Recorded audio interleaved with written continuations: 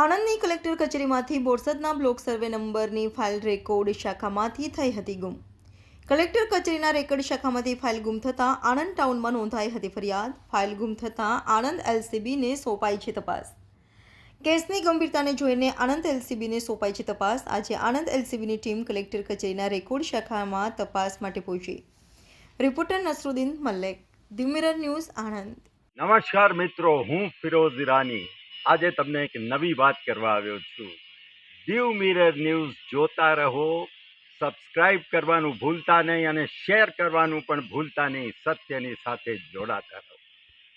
નમસ્તે મિત્રો, હું છું ચાંદની પરમાર. આપની મનપસંદ ચેનલ એટલે કે ધી મિરર ન્યૂઝ ચેનલને લાઈક કરો, શેર કરો અને ફોલો કરો. અને હા, તેમાં દરરોજ તાજા સમાચાર જોવાનું ભૂલશો નહીં. ધી મિરર ન્યૂઝ દરરોજ લાઈવ અપડેટ. ગુજરાત રાજ્ય, દેશ, દુનિયાના તમામ બ્રેકિંગ સમાચારો નિહાળો ધી મિરર ન્યૂઝ ચેનલ પર.